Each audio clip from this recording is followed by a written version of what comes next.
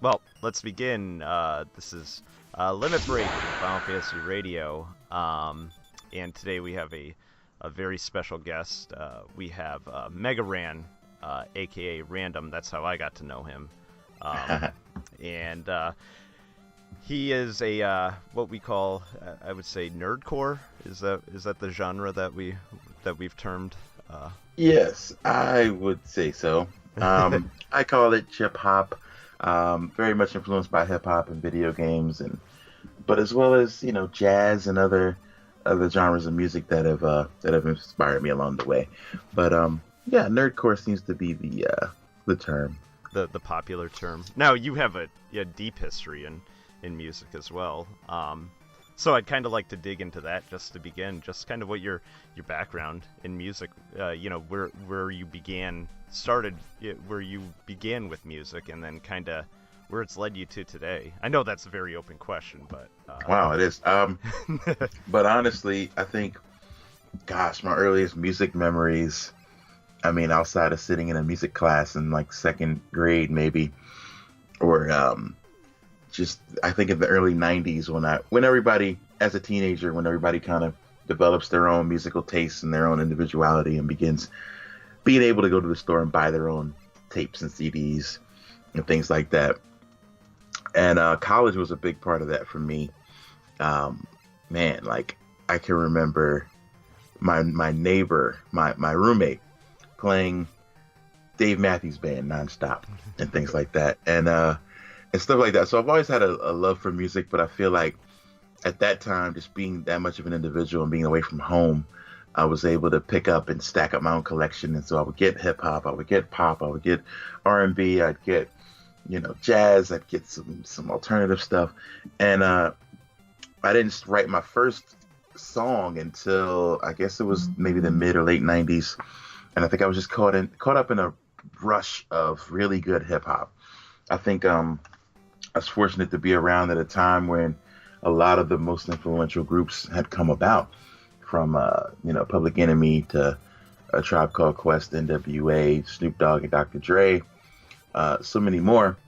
And I just decided to write a song one day, and my song was terrible, but I was with a bunch of friends, and they had all written like really amazing verses, and I was just like, wow, how did they do that?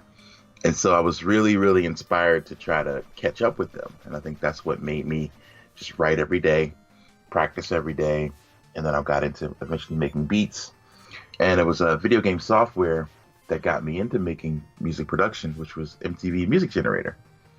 And started on that. And even my first song I wrote had a video game like metaphor. I think I said something about Street Fighter, Sonic Boom like Gal, that's my style, or something like that. And I was just like, wow, okay. And I didn't even realize it till maybe 10, 15 years later that video games were such a big part of my life. And they were always there through every iteration and change and transformation I'd gone through. Games were always a big part of the background. And so when I started making beats, I began sampling. I worked at a GameStop. I think back then it was EB. And we would get game soundtracks in. And most of them were role-playing games. It was usually Capcom and Squaresoft stuff. Mm-hmm. So we would get a Final Fantasy soundtrack CD, and I would take it home and I'd sample it and make beats out of these things. So I would make Resident Evil beats. I would make beats out of Final Fantasy and a bunch of other things, and people loved it. And and then on the song I would make references to the game. And so I guess I was doing kind of nerdcore before I knew what it was, And I think that's how things always work. And the best way, anyway, is for it to work is organically. And I was working on those things, and I'm kind of giving you a long history, but that's the beginning for the most part. We'll get into the middle and end, I think. I think that'll be cool. I think that definitely it's always cool to see what influences us, to get going into. Into what we love, for a living. Just so you know, I work for a web developer, and I also teach at a local community college. Oh, nice. And and it's all I do computer science, obviously, with web development. and it's crazy how early on how things influence us. And it was like, why did you go into computer science? Well, because I love video games and I wanted to make video games. And then I realized I didn't really want to make video games, but I love playing video games. So that's kind of what led me to, loving video game music and everything. And then you enter that kind of subculture of, well, I've heard this version of this song all I can, the official soundtrack. What else is out there? Is anybody doing anything with it? Is anybody making it better? Is anybody making original music? Like inspired by it, but but in continuing to create, exactly. And that's what I love, kind of falling down the rabbit hole of going on Patreon, going on YouTube, stuff like that. Just finding artists and just finding great music. And like you said, being, finding people who are inspired by the same things that inspire you. Yeah. So, what got you over to the West Coast? What kind of brought you over there, so to speak? The West Coast? Well, that's an interesting story. I wish there was more to it. It's not quite as cool as I'd like for it to be when my story's told. But honestly, I lived in Philadelphia. I was born, raised, bred there. Love it. But in 2005 and 6, we just had a really bad winter, and it just sucked. And I was absolutely fed up. And I was working at a job that I liked, but I had to drive an hour, in snow. And I taught special education at a alternative school, so we were considered essential staff. We had to be there. So every day through the snow, I would have to trudge, and it was terrible. And I think on top of that, in general, I think kind of stagnated in my life, and I felt like I needed to move. And so one day I just was like, I had enough. I don't want to be in the cold. So I'm going to find a way to get out of the cold. And so I did. Like, even like on the job, I was like going and looking at other jobs, and serving the net. And I found a bunch of warm weather places, and Phoenix was one of them. But there's Phoenix, Miami, somewhere in North Carolina, I think Vegas, and another. And I interviewed with a bunch of people about a teaching position, but Phoenix was the only place that was going to allow me to move without a face-to-face interview. So we did like phone interviews, Skype interviews, and they were like, yeah, we like you. Okay. So I did. I uprooted everything. I packed my whole life into my Kia Spectra, and I just drove out. I didn't have any friends here, family. They said Phoenix is a young city, kind of up and coming. I thought maybe it would refresh me, and I think it did. Once I got here, I didn't want to make hip hop music anymore because I was a little bit discouraged by the scene. I guess there wasn't really one here, and so I just played video games all the time. And I discovered emulators around that same time that I made that move, and that's when I started sampling soundtracks again, and just got me right back to where I was many years before that. And then I made the Mega Ran album, and got the phone call from Capcom, and Capcom's like, hey, this is actually really cool. Would you like to come to San Diego for Comic-Con? And I'm like, wow, absolutely. And I don't know if that would have happened if I was in Philadelphia, because I was, I'm a short drive now from San Diego rather than, a 5-hour flight. So I think that the move turned out okay, but I really didn't have a reason outside of just wanting to restructure, just shake things up a bit and get out of the cold. That's great. I live in Massachusetts, so I can commiserate, I guess, about the snow and everything. Just how terrible it can be at times. It's not that great. So Capcom approached you. I've always wondered about that. Yeah. That's probably the craziest part of my story, is that I made a Mega Man album. Maybe I made a few songs, so I put some Mega Man stuff on the internet back when MySpace was a thing, and I love MySpace for music. I mean, I think it was awesome for music, and so I did that. And the next thing you know, we get a message on the MySpace page from a guy who works for Capcom, and I'm like, oh boy. Yep. And I'm thinking the absolute worst. Like, this is about to be shut down. This is going to be terrible. And sure enough, they're like, we like it. We love it. We think that we're going to do something with this. Like, we want to put it on our website. We want to interview you about it. How would you like that? And I'm like, sure. And then we get into later the Comic-Con story. And then from there, after Comic-Con, maybe a year later, there was a movie called Second Skin that's out on Netflix that wanted to use my song Grow Up for the ending credits theme. And I was excited. And they were like, well, just give us your licensing paperwork so we can make sure this is cool with Capcom. And I'm like, oh boy, about that. I don't actually have that. And they were like, what? You don't have a license? And I'm like, no. And the guy was like, I'll talk to Capcom. Don't worry. And I'm like, oh boy, I'm worrying. And sure enough, maybe a month later, I get an email from Capcom saying, hey, just sign off here. We're very happy to give you a full exclusive license for everything that you've done. And thanks for doing this. And I just couldn't believe it. And at that time, I became the first independent rapper or music artist to be licensed by a major video game company, which is awesome.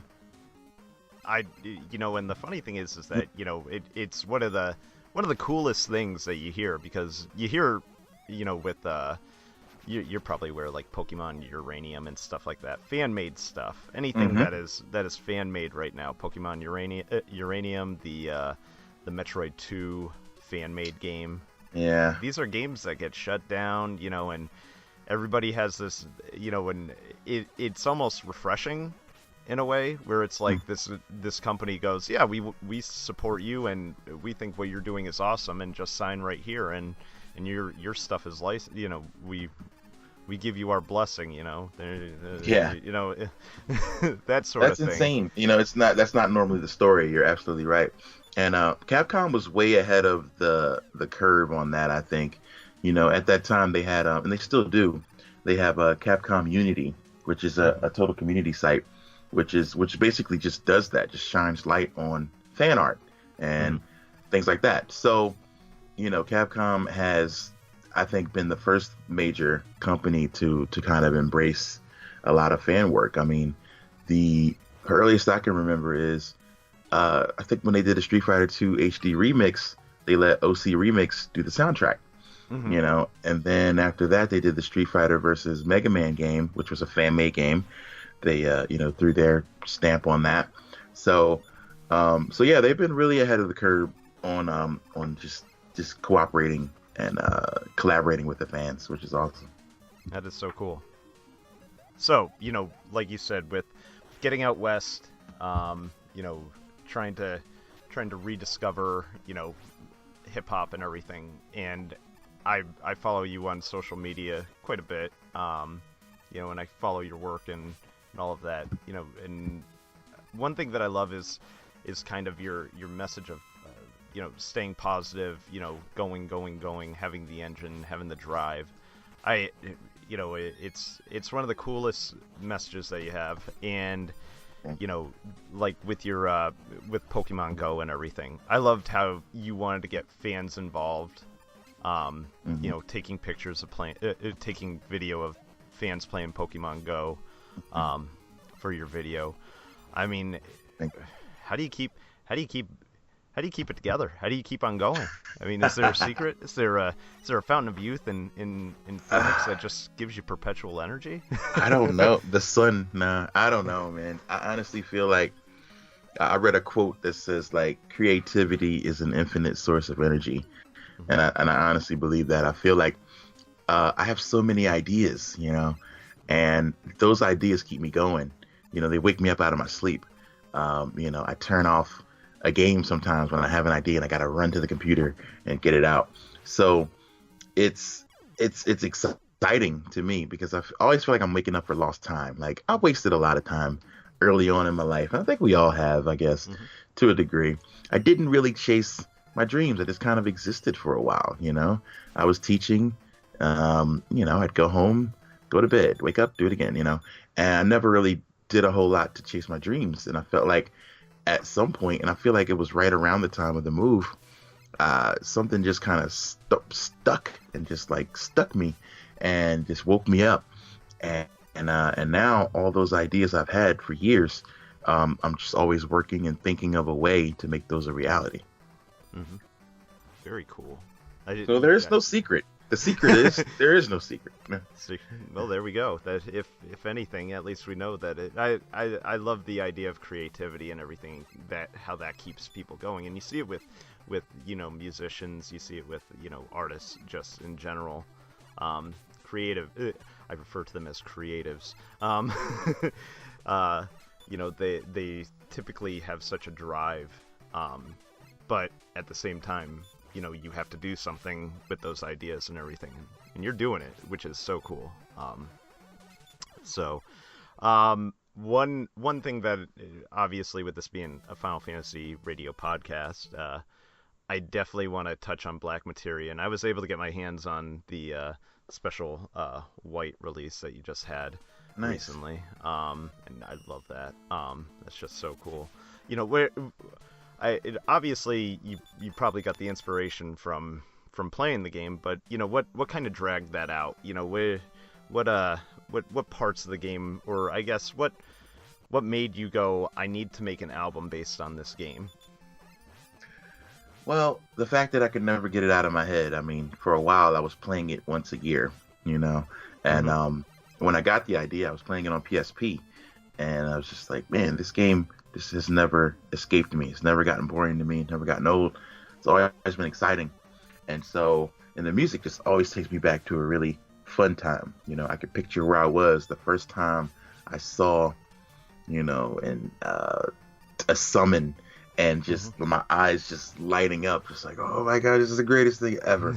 And seeing that and just every time just bringing me back to those great moments. That's really what it is for me with games. When I choose a game to remix or work with, they're special games that are a really special part of my childhood. And Final Fantasy is definitely one that it kind of introduced me. Like, I was a firm believer that nothing would ever be better than the Super Nintendo. I was just like, there's no. What do I need to go up to 32-bit for? Like, no, I'm fine with Yoshi's Island. And then my friend brought his over and showed me Final Fantasy VII, and I was just like, what?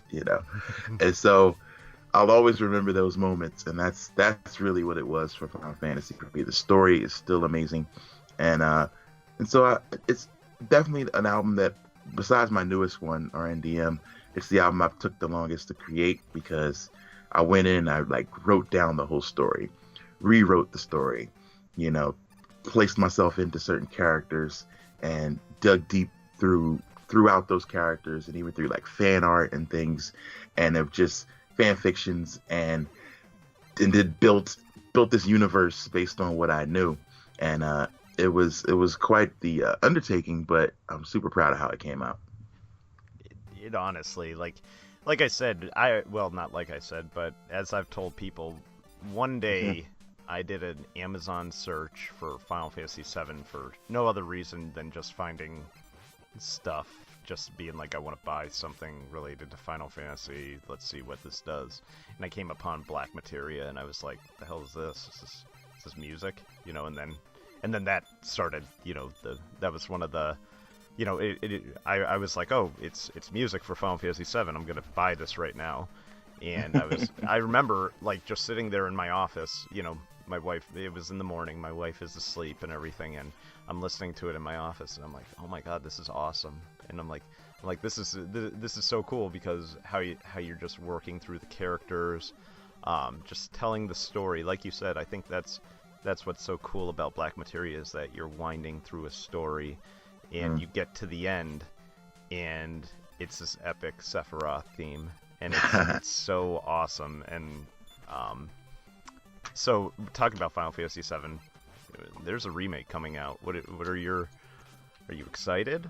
Are you Yeah, I'm nervous? excited. I mean, a lot of people I know are kind of cautious and Mhm. cautiously optimistic, but I'm excited, man. I mean, no one's played it yet, so I'm willing to let the excitement build up, and I think I'm gonna love it regardless. But there's just those certain feelings of the things that we hold dear and how we don't want people to touch them and mess them up. But I understand, and it's a different time. So I mean, people want turn-based, and it's not really a turn-based world anymore. And but I'm willing to give this a try, and again, I am really excited about it. Yep, I agree. I think that as gamers, unfortunately, we walk that line of being incredibly negative on things and then overly excited about other things. I think that it's okay to have cautious optimism, but at the same time, none of us have played this game. So, once we start playing it, I think that's when we can really make decisions. Now, Yep. the funny thing is that even though Final Fantasy is just always circling in my life, my favorite song from you is not a Final Fantasy game. It is Wily.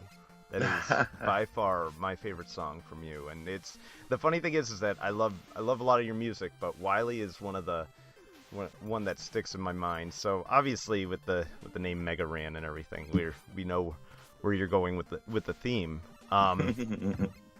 What about Mega Man is it that has just been such a huge piece of you?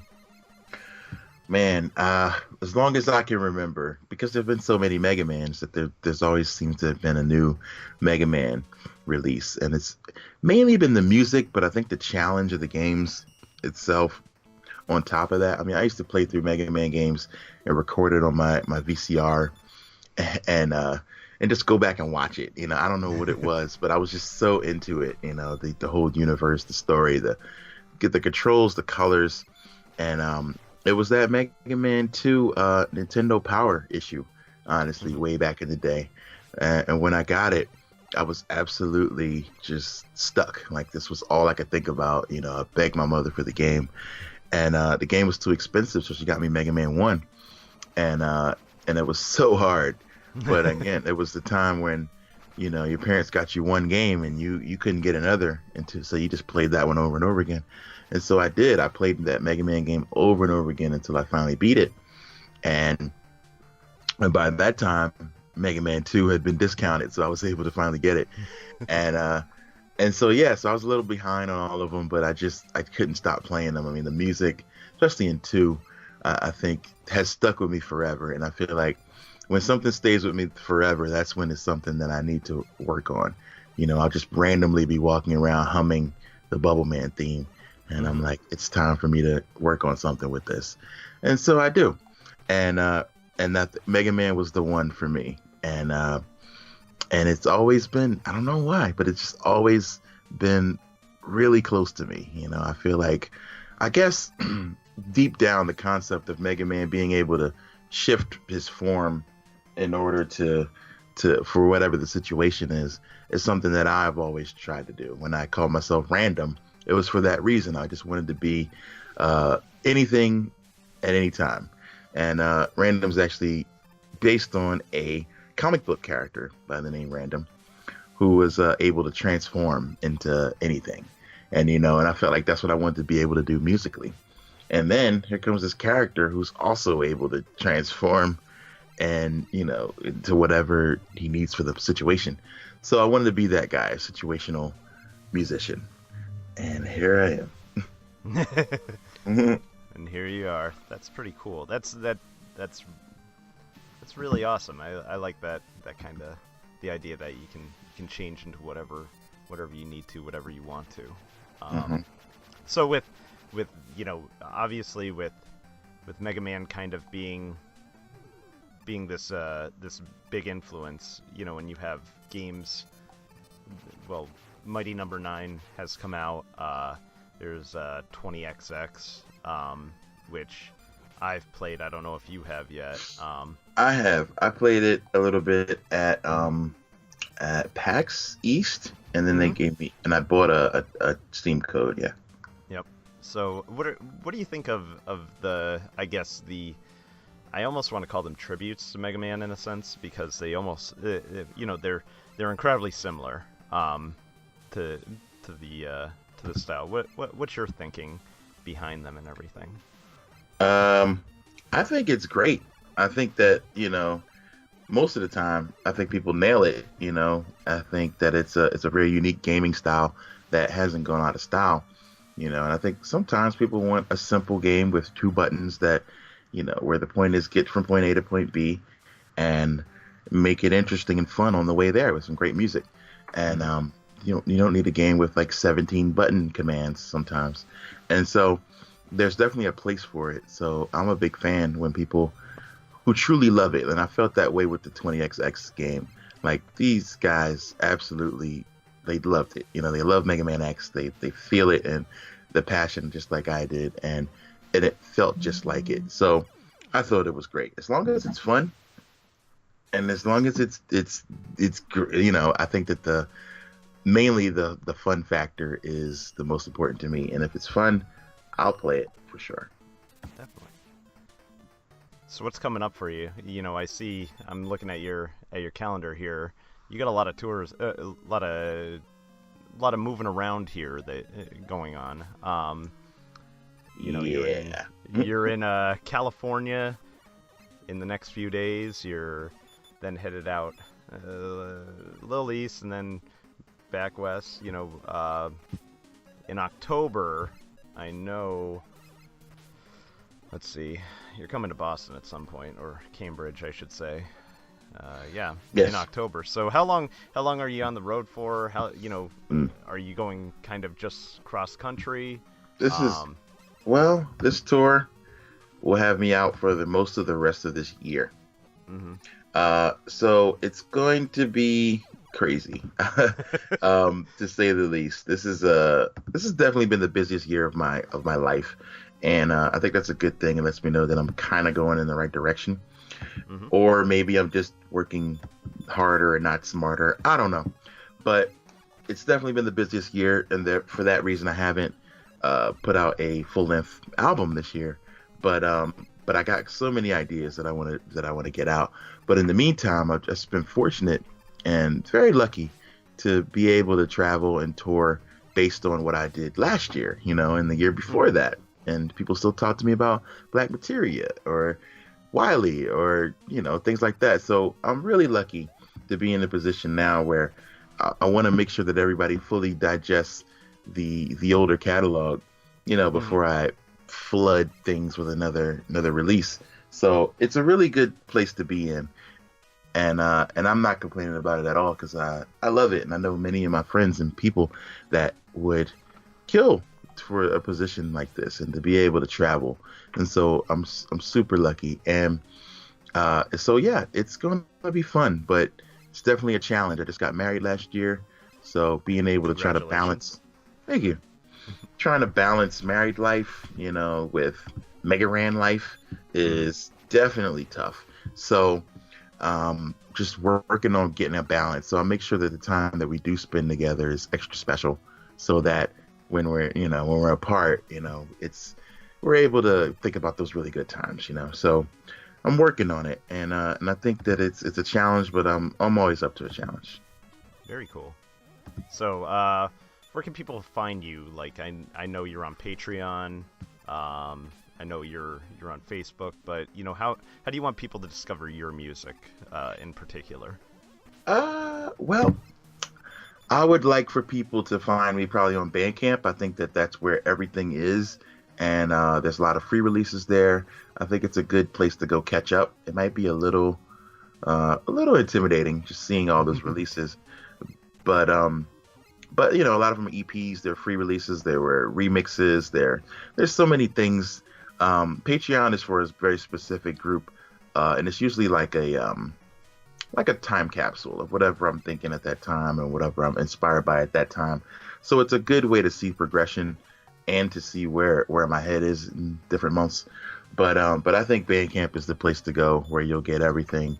And they do really good deals where if you get a lot of things, you can get discounts and things like that. So I would say stop by the Bandcamp, which is MegaRamMusic.com or random.bandcamp.com.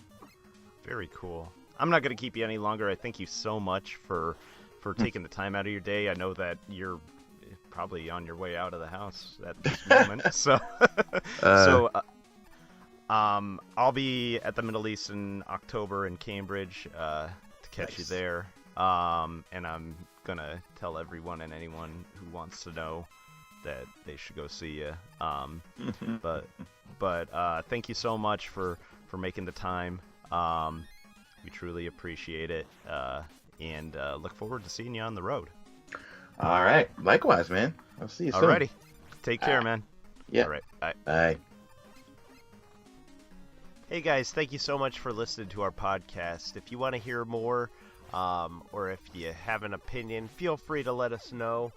Share this with your friends. You can find us on iTunes, Stitcher, Tunein, and we do post to YouTube as well.